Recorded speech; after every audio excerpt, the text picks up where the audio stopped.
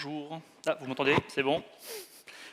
Ok. Alors, il faut juste que mes slides apparaissent sur l'écran et après on pourrait partir. Hop. Oui, cool. Parfait. Bonjour à tous. Merci d'être venus aussi nombreux pour ma présentation sur GitHub Action. Je ne pensais pas que ça attirait autant de monde et c'est impressionnant. Pour être honnête avec vous, c'est la première fois que j'ai autant de monde à une de mes conférences. Donc, merci beaucoup. Je me présente, donc voilà, je suis Cloud Architecte chez Sphere. Pour mon petit historique, moi j'ai un background de développeur back Java, et puis je suis passé un peu naturellement au DevOps, et puis au cloud, puisque c'est comme des technologies qui marchent quand même super bien. J'adore l'automatisation. J'adore définir en fait une infrastructure as code et les deux en fait, l'infra as code et l'automatisation, le GitOps en fait, c'est vraiment mes dadas. Pour refaire un petit historique de mon expérience, j'ai beaucoup bossé donc avec Jenkins, enfin Hudson. J'ai commencé sur Hudson. Qui a connu Hudson? Cool. Du coup, après, j'ai fait du Jenkins, j'ai joué un peu avec Concourse, avec Circle, et puis j'ai fait pas mal de GitLab CI, et puis maintenant, je fais beaucoup de GitHub Action. Voilà, donc je vous préviens, c'est pas une présentation, c'est pas un comparatif avec les autres outils de CI, même si j'en parle un petit peu parfois, mais c'est pas une comparaison. Alors, je veux savoir qui vous êtes. Je voudrais savoir qu'est-ce que vous faites aujourd'hui, parce que moi, je pourrais lever la main à Dev, DevOps ou Ops, mais qu'est-ce que vous faites aujourd'hui? Qui est Dev? D'accord. Qui est DevOps? D'accord. Qui est Ops? Ok. Et qui n'a pas levé la main? Ok. Ok, voilà, c'est bien pour les développeurs. Ok, cool. Je voulais commencer par vous faire une petite historique en fait du CI/CD en fait, refaire voilà, comment ça s'est passé, c'est quoi l'expérience en fait pour les développeurs de la CI/CD. Donc effectivement, je l'ai évoqué juste avant, en fait, le premier outil vraiment qui a popularisé en fait, déjà la CI, en fait, c'est Jenkins. Tout le monde a connu cet écran. Ça va être qui a connu celui-là? Ouais, quand même. Bah oui, c'est clair, Maven, ça marche toujours. On en fait encore. Donc Jenkins a commencé, en fait, c'était comme une révolution à l'époque, au comité. On avait les tests unitaires qui étaient joués automatiquement. On avait une boucle de feedback qui était quand même plus cool et on livrait en prod, voilà, plus confiant. Et puis très vite, en fait, on s'est dit que c'était un peu limité. En fait, on voulait automatiser les prochaines étapes et du coup, il a commencé à avoir les plugins. Donc pour déployer, donc là je prends l'exemple ici en fait de Rundeck, mais en fait il y a des plugins sur Docker Swarm, Ansible, enfin il y en a plein. Et aujourd'hui donc je regardais les comptes, il y a plus de 1500 plugins chez Jenkins, en fait c'est quand même énorme. Donc c'était bien, mais du coup il y a quand même des moments en fait on s'est dit bon ça va être un peu limité, et du coup on a commencé à pouvoir rajouter du shell en fait à certaines étapes. Et voilà, là j'ai pris un script complètement au pif, je lisais pas le code, mais donc on tombe en fait sur ce genre d'éléments. Voilà, donc on est arrivé là-dessus, on avait une étape d'automatisation, et puis un changement, qui a eu un changement de paradigme, c'était le pipeline as code. Donc on a eu d'abord, c'est pas dans l'ordre, pardon, je pense pas que Jenkins était le premier à faire ça, mais donc il y a eu le Jenkins file, alors je vois, tout le monde le fait maintenant, c'est quand même vachement plus pratique, parce qu'avant en fait il fallait pour chaque projet aller dans l'interface, cliquer à chaque fois les boutons, recommencer à chaque fois, c'était pas très pratique. Donc là on l'a sourcé et ça c'était assez cool, et puis on a pu le reproduire en fait pour plein de projets. Et puis donc du coup on a commencé à avoir 10, 20, 30 projets avec les mêmes pipelines, et donc on s'est dit qu'est-ce qu'on fait quand on a plein de pipelines comme ça? En fait on va factoriser. Et donc on a commencé à faire des librairies, et puis on va faire un include de ma librairie, et c'était quand même assez pratique aussi. On a partagé des runners aussi, Donc on a eu des runners en fait partagés avec la même version du JDK, et ça c'était quand même assez galère, puisque quand on passait, enfin moi j'ai connu JDK 5, JDK 5, si voilà, puis donc quand on passait, enfin j'ai déjà eu des cas où on était en JDK 6.25 et puis en .27 ou .30 en fait on avait des trucs qui cassaient, donc on s'est dit qu'est-ce qu'on va faire contre ça en fait, pour résoudre ce problème en fait on va mettre un peu d'isolation, et donc on va utiliser Docker. Et ça c'était pratique. On a commencé à mettre en fait des étapes avec des versions de Docker. En plus, tous les outils en fait sont disponibles avec avec les outils Docker dont on a besoin. Donc ça c'est très pratique aussi. Et alors quand on fait du cloud, souvent on va faire du Terraform. On va faire du Terraform, on va mettre du Gcloud, on va mettre de la Cliff Vault. Et là, il y a un mec qui dit oui, mais mon projet Terraform 0.11, moi je vais le passer en 0.12 parce que comme c'est vachement plus cool. Et donc on s'est dit ah ok, attends, je vais faire une nouvelle image Docker. Et puis il y a un mec qui dit oui, mais moi je suis en Volt et puis je passe à la version suivante. Et donc là on a commencé à faire, il faut avoir une image Docker avec les différents outils. Et donc on a commencé à faire des produits cartésiens d'images Docker custom. Qui a vécu ça? Des versions comme ça, galère? Ouais, pas beaucoup, ok. Du coup, on en a vécu. Et à la fin, donc nos développeurs se retrouvaient dans le projet avec un truc qui ressemblait à ça. Voilà, on avait juste en fait le GitLab CI, enfin le GitLab CI, j'aurais pu mettre n'importe lequel d'autre, GitLab CI qui pointe sur la shared libraries, on va chercher un fichier, et souvent c'était vraiment le domaine réservé des DevOps. Et à chaque fois qu'un dev voulait toucher à ça, en fait, il commençait à regarder, où il disait mais c'est quoi le repo, en fait, où est-ce que ça va chercher ça, c'était un peu galère. Alors je veux savoir, est-ce qu'il y a des développeurs qui sont déjà retrouvés dans cette situation de se dire moi j'aimerais bien rajouter une étape là, parce que en fait moi je voudrais plutôt déployer en fait en QA, mais quand ce test là passe et pas avant, et qu'en fait ils sont retrouvés devant un truc qui ressemblait un peu à ça, ou avec du shell, ils se sont dit non, bon, laisse tomber, on va rester comme ça. Qui s'est déjà retrouvé dans cette situation? Ah, ok. Ok. Et donc, là-dessus, arrive du coup GitHub Action. Je commençais à regarder, puis je trouvais ça cool. Donc GitHub Action, pour faire un petit historique, ça a démarré donc en 2017-2018, avant que ça ait été racheté par Microsoft. Ils avaient commencé d'ailleurs, en fait, on les décrivait en HCL, HashiCorp Configuration Language, c'est le langage qui est utilisé sur Terraform. Je me disais, HashiCorp, ils devaient être super contents d'avoir vendu pour une fois en dehors de leurs produits, leur langage, mais pas de bol, en fait, Microsoft a racheté GitHub, et du coup, ils ont fait du YAML. Ça, c'est cool. Donc, il y a encore, on trouve encore des repos avec des GitHub Actions écrits en HCL. Mais voilà, enfin, on peut toujours. Qui aime le YAML? Moi, j'aime bien le YAML. C'est vrai, ça c'est pratique quand même. Il y a encore des gens qui me disent non, le JSON, c'est génial. Je fais ok, respect. Donc il y a eu une version bêta et c'est dispo en fait de façon générale en fait depuis fin 2019. Depuis, donc, il y a plein de features.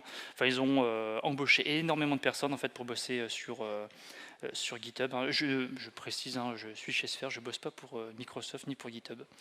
Voilà. Mais ils sortent quand même beaucoup de features en fait. Donc la gestion des environnements. On peut avoir des GitHub runners custom dans son environnement en fait. Et d'ailleurs, donc il y a plein de features qui sortent. Franchement, c'est assez cool. Alors comment ça marche? Je vais vous montrer un peu comment fonctionne GitHub Action, parce qu'il y a vraiment des changements, des paradigmes vraiment différents par rapport aux autres outils de CI. Un élément important, c'est que vous allez démarrer votre pipeline dans une VM toute fraîche, toute propre. C'est une VM. Vous n'allez pas avoir ça ne va pas être forcément dockerisé, contrairement à Concourse en fait, ou GitLab CI. GitLab CI, on va définir en fait un Docker, une image Docker tout en haut, et ensuite on peut le surcharger en bas. Concourse doit être la même chose, mais bon, chaque étape se passe dans un conteneur. C'est pas le cas de GitHub Action. En fait, on démarre une VM. Et on déroule. Donc il y a des VM dispo sur Linux, macOS ou sur Windows. Et donc ensuite, chaque étape va se jouer donc soit sur la VM, soit dans une image Docker. On peut quand même surcharger, mais à un moment, en fait, prendre l'image Docker. Un changement aussi que je trouve tout bête, mais très pratique, c'est là où vous allez écrire votre pipeline. Alors j'ai marqué pipeline, je ne sais pas comment le variabiliser, mais en fait, vous avez un répertoire et vous allez pouvoir mettre X pipeline dedans. Alors c'est tout bête aussi, mais du coup vous n'avez pas un seul fichier où il faut tout rentrer en fait et mettre forcément des conditions dans tous les sens. Là je trouve ça tout simple mais très pratique. Un changement aussi en fait ça va être les events. Alors là c'est l'exemple simple. On push c'est quand vous faites un commit. Quand vous allez committer sur une pull request, par exemple, ça va déclencher ce pipeline. C'est ce que vous mettez tout en haut du fichier. C'est le premier élément du fichier. Donc ça veut me dire c'est classique. Ce que je trouve intéressant avec GitHub Action, et que on ne peut pas faire avec Jenkins, enfin à ma connaissance. Attention, je ne pratique pas Jenkins, plus Jenkins depuis quelques années, donc du coup, je ne suis pas tout à fait à jour, donc je ne vais pas leur casser du sucre. Mais il y a un élément important, c'est que je trouve super important, enfin super pratique avec GitHub Action, c'est ça. En fait, on peut déclencher un pipeline sur à peu près n'importe quel événement qui va se passer dans votre projet. Donc là, par exemple, si quelqu'un rajoute un commentaire sur une issue, vous pouvez déclencher un pipeline. Quand vous créez une release, alors là je ne les ai pas tous listés, mais en fait c'est sur la doc, vous pouvez déclencher en fait le pipeline sur vraiment n'importe quel élément, et je trouve que vous pouvez mettre une automatisation du coup sur votre projet qui est vraiment intéressante. Allez voir la doc, il y a plein d'éléments. Et forcément donc là on déclenche un événement, et donc ensuite on va avoir le pipeline. Donc on va définir en fait sur quelle VM. J'ai un bouton, c'est génial. Voilà, on peut définir en fait sur quelle VM, et ensuite on va définir chaque step de notre pipeline. Alors il y a aussi des features en fait qui sont bien pratiques. On peut mettre des conditions, une matrice, c'est-à-dire vous avez Node. Et vous allez mettre en fait vos différentes versions de Node. Alors je vais parler au dev, donc je ne vais pas parler de Terraform. Node, .NET, et vous pouvez faire des matrices également. En fait, vous pouvez faire Node, alors je vais dire des conneries, mais 13, 14, 15, ça existe. Ça va, je suis à jour. Avec sur Windows et sur Mac, et il va faire toutes les combinaisons. Donc c'est pratique. Vous pouvez déclarer plusieurs pipelines et mettre des dépendances entre pipelines. Voilà, choisir votre OS. Voilà, il y en a pas mal de features, mais je vais pas tout détailler. D'ailleurs, c'est pas une spécificité particulière de GitHub Action. On peut mettre du shell, évidemment. Heureusement, on a toujours besoin d'un peu de shell.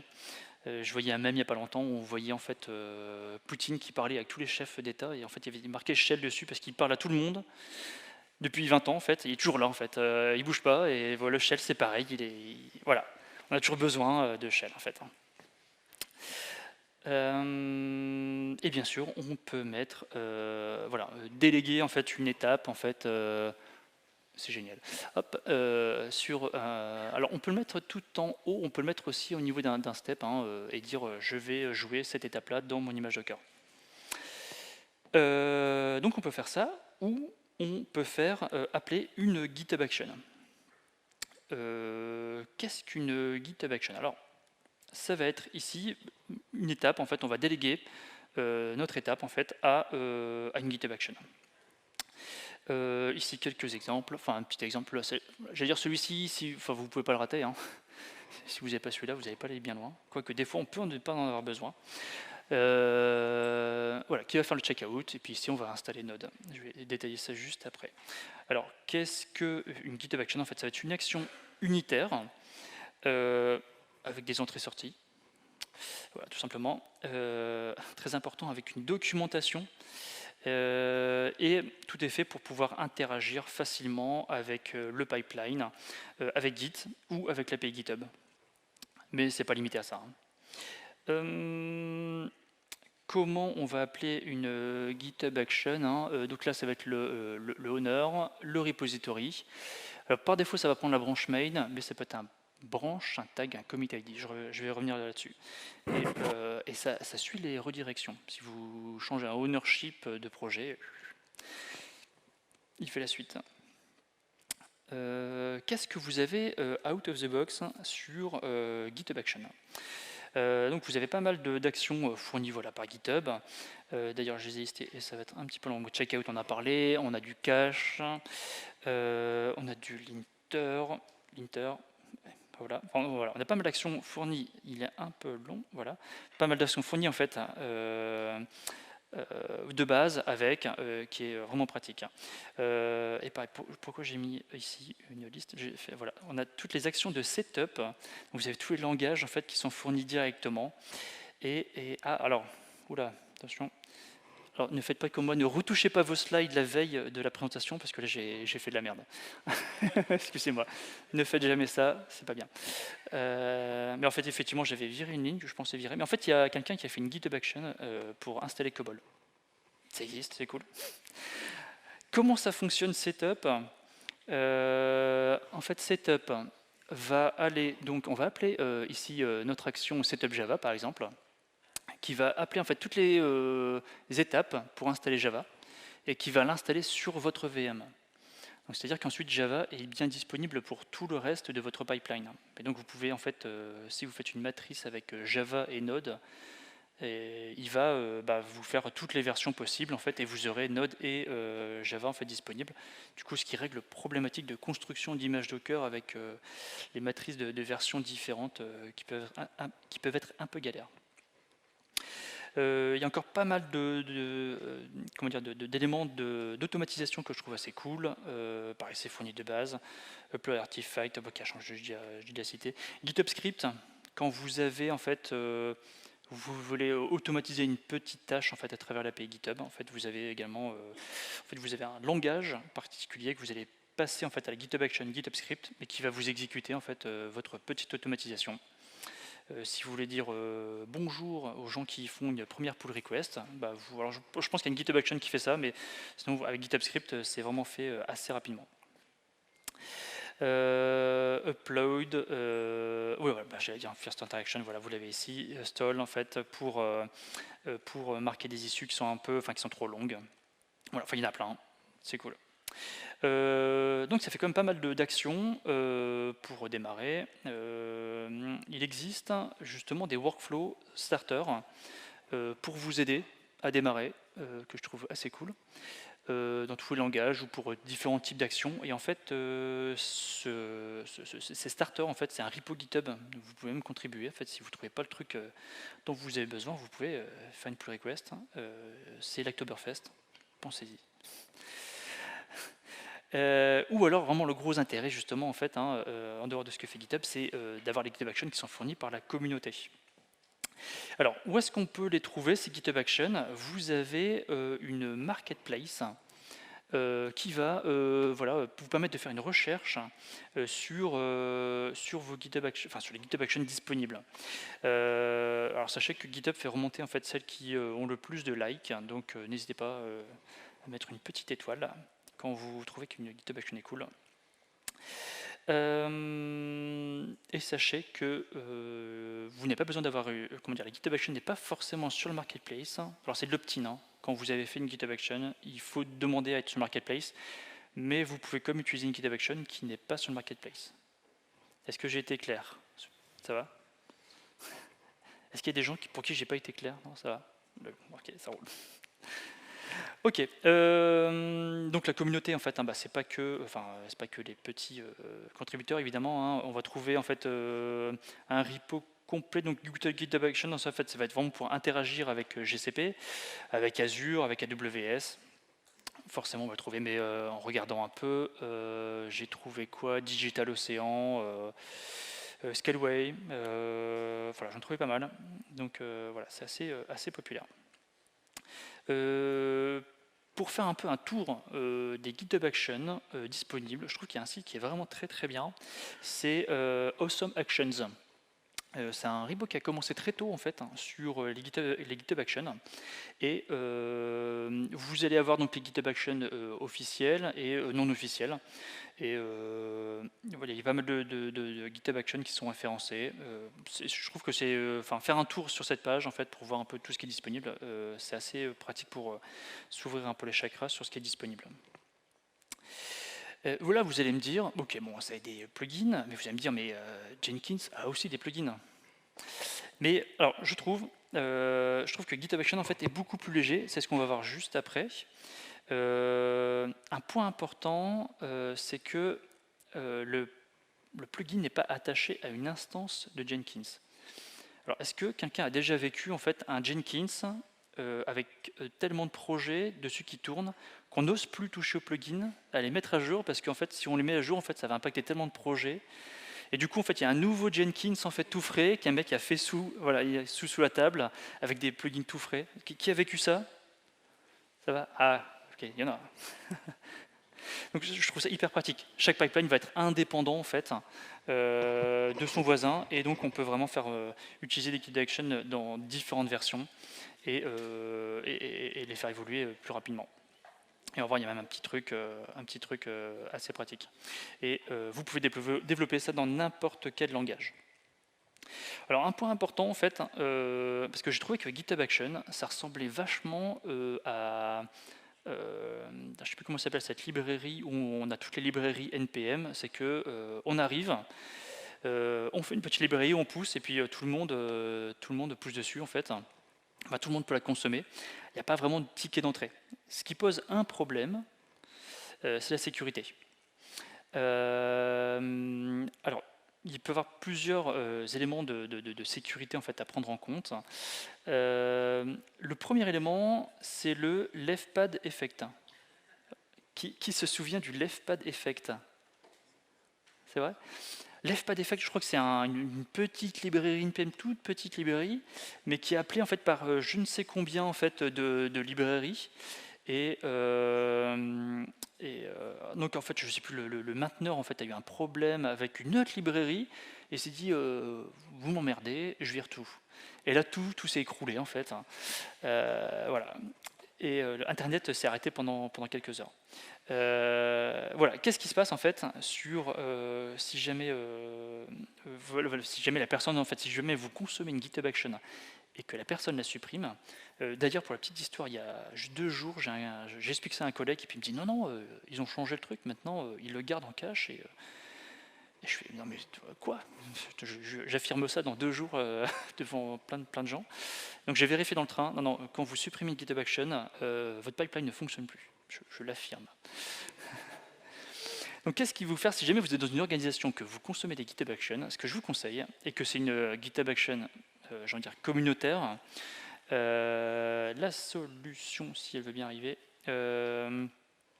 utiliser donc, enfin, des pipelines, en fait, enfin, des GitHub Actions d'organisations bien connues, ou alors vous pouvez la forker dans votre organisation, tout simplement. Et sachez également qu'un repo qui est archivé fonctionne toujours.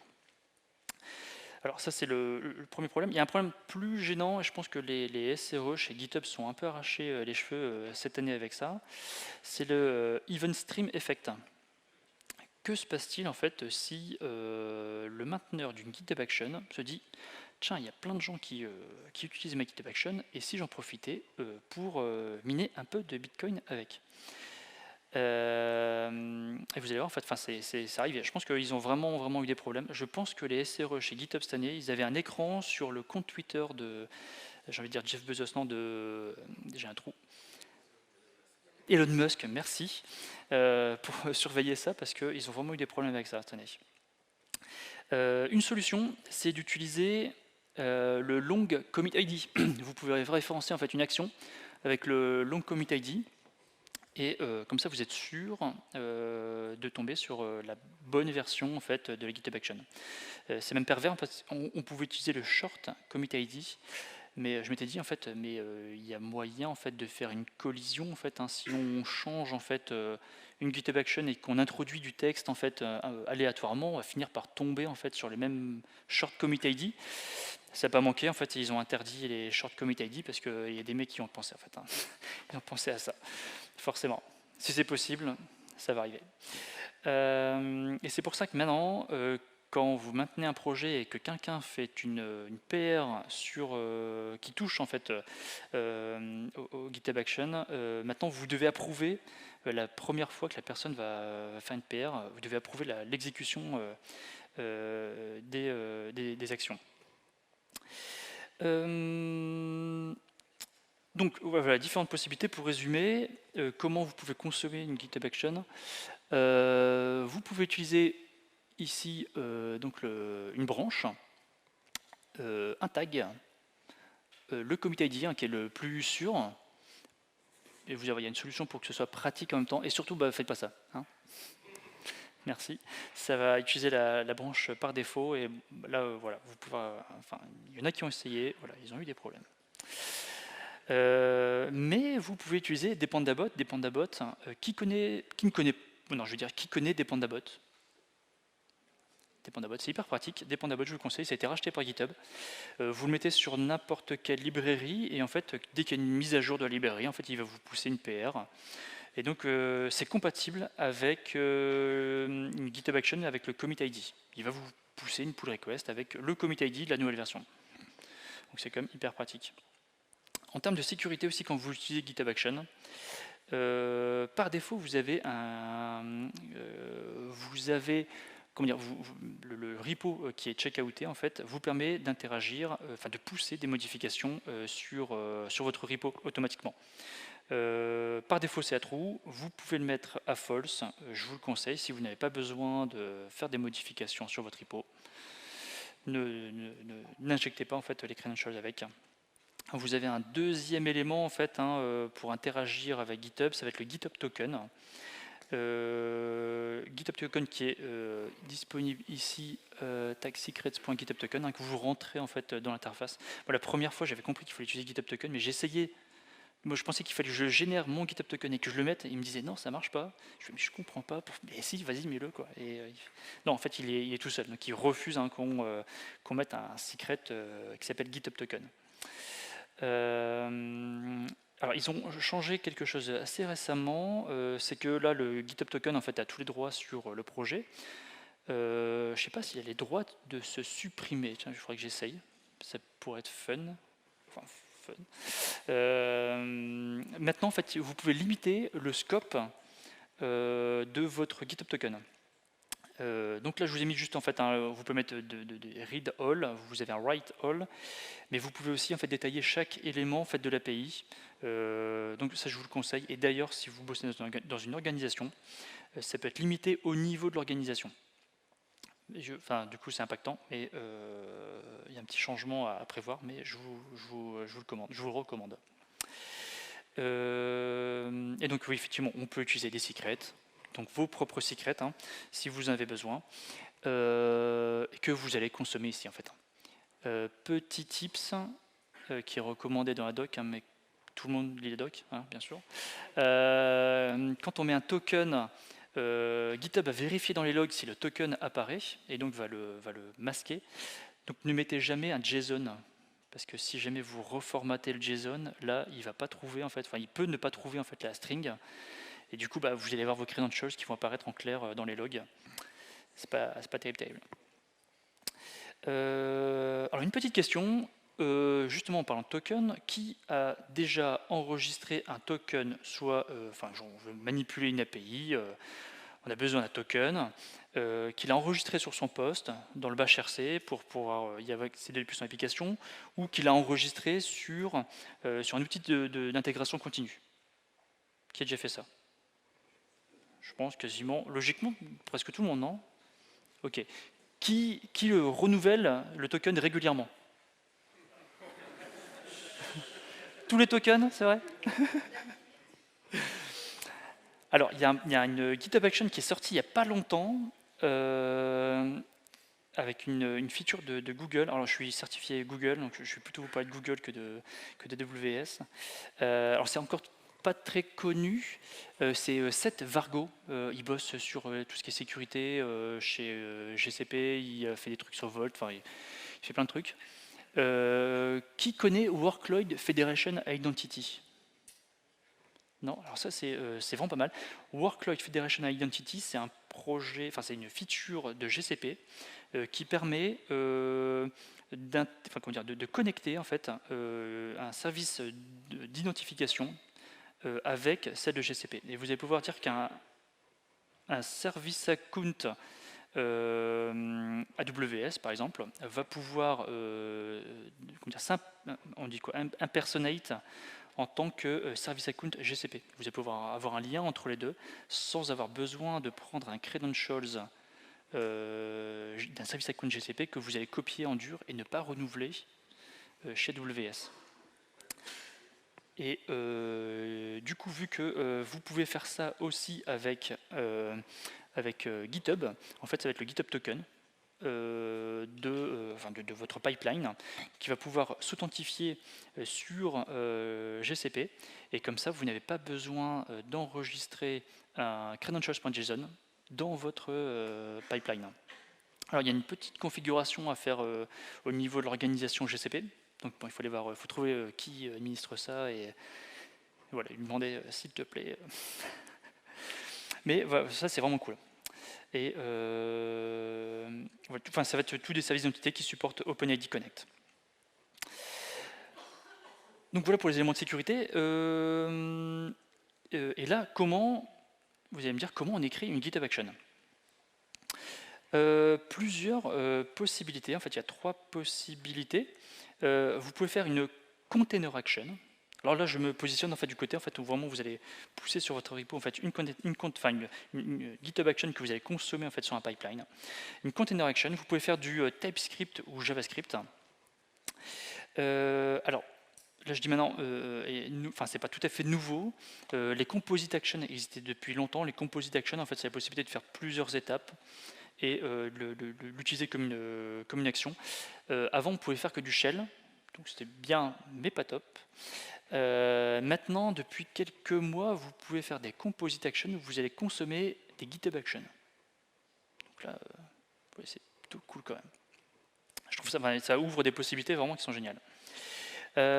Pour toutes ces actions, GitHub fournit des templates sur github.com/actions. Comme ça, vous ne partez pas de rien. Vous faites use this template et vous pouvez partir. Je vais prendre le premier exemple, en fait, c'est la container action pour vous montrer. Alors là, je vais vous faire le coup du Hello World. Je vais vous montrer en fait la container action, à quoi ça ressemble. Donc c'est tout bête, hein, vous avez votre image Docker, votre shell script. C'est vraiment l'élément le plus simple pour démarrer. Et pour interagir avec l'API du pipeline, en fait, ça va se passer par des commandes shell en fait, qui sont bien documentées. Là, je vous prends l'exemple en fait, du pipeline, enfin du démarrage du starter. Vous avez besoin de 3 fichiers. Donc le Dockerfile. Donc là, c'est un exemple tout simple où on référence un entry point. Hein. Je pense que ça va, c'est pas trop compliqué.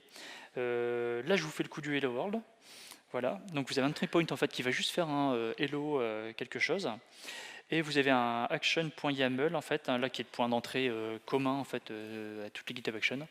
Vous allez lui indiquer en fait les inputs, une valeur par défaut, que c'est une GitHub Action Docker et les arguments. Hop là. Et du coup, ça vous fait une action en fait, Hello World. Donc, je trouve ça quand même assez cool parce que je regardais encore en fait sur Jenkins pour faire un plugin Jenkins. Il y a un projet Maven, j'ai oublié le nom du truc en fait. Il y a un truc Maven pour faire du templating. C'est hyper cool, mais pour le coup là, c'est vraiment hyper simple. On fait comme une GitHub Action avec quoi, il y a 20 ou 25 lignes. La deuxième possibilité, en fait, ça va être les actions de type TypeScript ou JavaScript qui vont s'exécuter directement sur le host.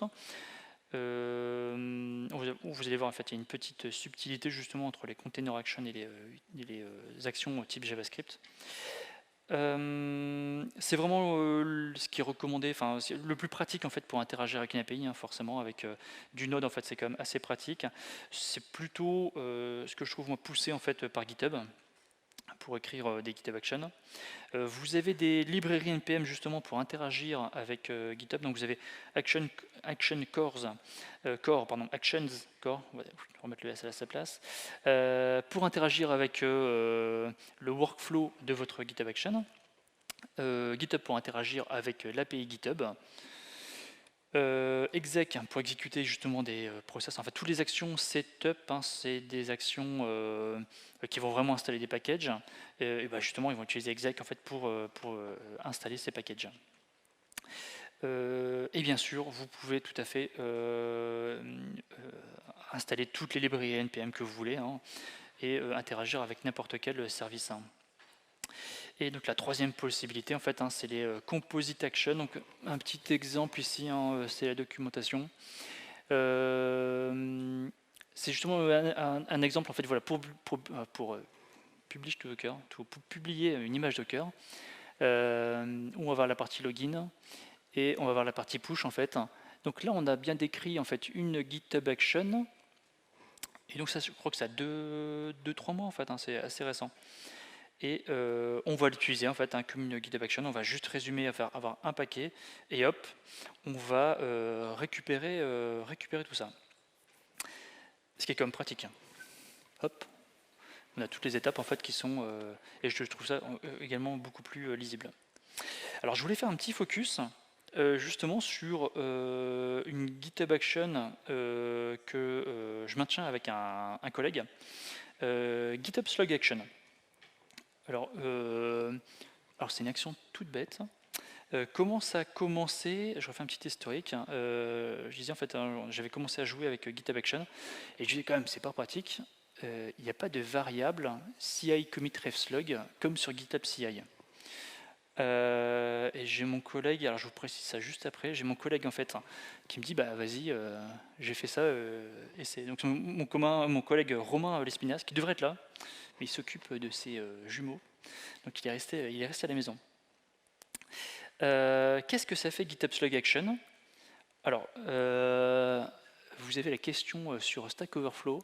En fait, GitHub vous fournit toute une série de variables d'environnement, notamment le ref head feature branch. Alors ça peut être un fit slash ou fit, enfin voilà, vous avez toutes les possibilités. Et la personne voulait récupérer en fait le feature branch 1. Alors il y a plein de réponses. Alors si vous pouviez être sympa, moi j'ai répondu tout en bas avec la GitHub Slug Action. Si vous pouviez aller la chercher et puis voter pour moi, ce serait vraiment, vraiment cool. Qu'est-ce que ça fait GitHub Slug Action? En fait, voilà, vous allez juste rajouter ça et il va vous fournir en fait toutes ces variables d'environnement. En fait, on va le parser un peu dans tous les sens pour vous fournir ça. Alors, je vous préviens, il n'y a pas de machine learning, c'est pas un truc foufou, c'est tout simple. Mais c'est pas l'essentiel en fait sur cette GitHub Action. Enfin, c'est pas pour ça que je vous en parle. Comment on l'a commencé? C'est du coup Romain qui l'avait commencé. Il a commencé comme ça, tout simplement en fait, Gused, et puis des expressions régulières. Et je me suis dit, c'est cool, mais qu'est-ce qu'on fait quand on fait du code? Je vous pose des questions. Voilà, on fait des tests. Alors, qui a déjà contribué sur un pipeline? Qui a déjà écrit un petit morceau de pipeline? Qui a déjà mis des tests unitaires sur les étapes de pipeline? Voilà. Ok. Donc, je trouve un élément en fait intéressant sur les GitHub Actions, c'est qu'elles sont bien testées en fait. Enfin, généralement, elles sont bien testées, j'espère. Enfin, en tout cas, celle-ci, elle l'est. On a mis en fait des tests en fait, avec BATS. Je trouve que c'est un élément important, c'est on a une action qui fait un job qui le fait bien. Et là, du coup, ça faisait le taf. On a eu du coup une issue qui s'est ouverte. C'est celle-ci. En fait, la container action, et c'est encore toujours pas le cas aujourd'hui, les container actions ne sont pas supportés, enfin sont supportés que par Linux, pas par macOS et par Windows. Et du coup, en fait, j'ai proposé en fait une réécriture complète en TypeScript. Et du coup, voilà, j'ai poussé une pull request. Alors, pour que moi je fasse du TypeScript, je peux vous dire qu'il fallait vraiment que voilà. C'est pas, j'ai rien contre le TypeScript, mais c'est juste pas mon langage de prédilection. Du coup, voilà, donc on a tout réécrit en TypeScript, on a mis des tests, hein, bien sûr. Et petit side effect, c'est que du coup c'est compatible Windows et macOS, et c'est aussi plus rapide. Je vous disais en fait, quand vous faites une container action, la première étape, c'est qu'il va construire l'image Docker. Quand vous êtes en JavaScript, en fait, ça va s'exécuter directement sur le node, et c'est un peu plus rapide, ce qui est plutôt intéressant. Je suis très en avance. Je ne sais pas ce que j'ai fait, mais je suis très en avance par mal. Mais bon, c'est pas grave, j'ai parlé beaucoup trop vite. C'est pas grave. Et donc le résultat en fait, c'est que on a ici en fait notre projet, enfin notre GitHub Action en fait, est référencé sur 2000 projets open source. Après, j'ai pas la visibilité sur les projets en dehors, mais c'est déjà pas mal. Donc en fouillant un petit peu là-dedans, en fait, on voyait qu'on est sur des projets d'organisation importante. En fait, je pense que le secret, c'est d'arriver le premier, en fait, hein. C'est le plus simple. Et du coup, c'est ce qu'a fait Romain, en fait, hein. Et ça fait bien le job. Alors, du coup, je voulais juste vous donner, voilà, si vous avez envie de démarrer en fait une GitHub Action, vous donner 3 conseils pour écrire une GitHub Action. Le premier, donc je l'ai déjà évoqué, c'est avoir un simple use case, c'est vraiment prendre un élément, une problématique, et ne faire que, enfin, répondre qu'à ce besoin et le faire bien en fait, hein. Tout simplement, c'est ce que fait GitHub Action, hein. Je vous ai dit, c'est pas un truc foufou, mais ça fait bien le job en fait. Vous rajoutez 2 lignes en fait, et vous avez vos variables en fait qui sont pratiques à utiliser. D'ailleurs, on a rajouté des issues et Selectoberfest. Donc, si vous avez envie de contribuer aussi, faire un peu de TypeScript, n'hésitez pas. Un conseil aussi en fait pour aider vos utilisateurs à consommer vos GitHub Actions, c'est utiliser la sémantique. Alors, utiliser le sémantique. Alors, qui connaît le sémantique versionning? Je suis toujours étonné en fait, je trouve ça tellement génial le sémantique versionning que je suis étonné qu'il n'y ait pas plus de gens qui connaissent en fait. Il y a une doc sur GitHub, vraiment je pourrais parler 50 minutes du sémantique versionning. En fait, moi je vous fais ça en 30 secondes. L'idée en fait c'est de dire à chaque fois que je vais faire une release, je vais me baser sur le message de commit depuis la dernière release pour faire ma nouvelle release. Et donc si jamais j'ai du fit, j'incrémente la version fit. Si j'ai un fix, j'incrémente la version fixe. Et si j'ai un breaking change, j'incrémente la version majeure. C'est tout simple. Et ça fait gagner un temps de fou. Et en plus, comme ça, vous êtes obligé d'avoir des messages de commit qui soient propres. Et en plus, avec Semantic Release, en fait, il y a un projet qui interagit avec GitHub, qui vous fait des releases et tout. Enfin, c'est parfait. Et donc, je n'ai pas mis là-dedans dans mes slides. J'ai mon collègue Romain qui a fait une GitHub Action release that. Vous le rajoutez. Et vraiment, même si vous n'avez pas, même si c'est pas un projet, même si c'est un projet Terraform, il va faire le semantic release automatiquement. Et donc je trouve ça assez cool. Ok. J'ai un message qui apparaît en bas, mais qui apparaît pas là. Ok, c'est pas grave. Ok. Aidez vos utilisateurs donc avec le semantic versionning, comme ça ils peuvent incrémenter. Alors, je vous avais dit, on peut référencer un tag. On peut référencer une branche. Alors c'est ce que fait aussi Romain sur GitHub Slug Action. En fait, c'est-à-dire que voilà, vous avez la branche. Alors c'est un peu petit. En fait, il y a une branche qui s'appelle V3X, et comme ça, les utilisateurs peuvent référencer en fait cette branche-là, et ils vont récupérer automatiquement en fait toutes les dernières versions. On a aussi les dernières versions qui sont disponibles. Enfin, les versions précédentes qui sont disponibles. C'est assez pratique. Et le dernier conseil, le plus important bien sûr, c'est la documentation. Hein, aidez vos utilisateurs. Voilà. Hein, faites de la doc. En plus, Romain a fait ça très très bien. Il y a une super doc.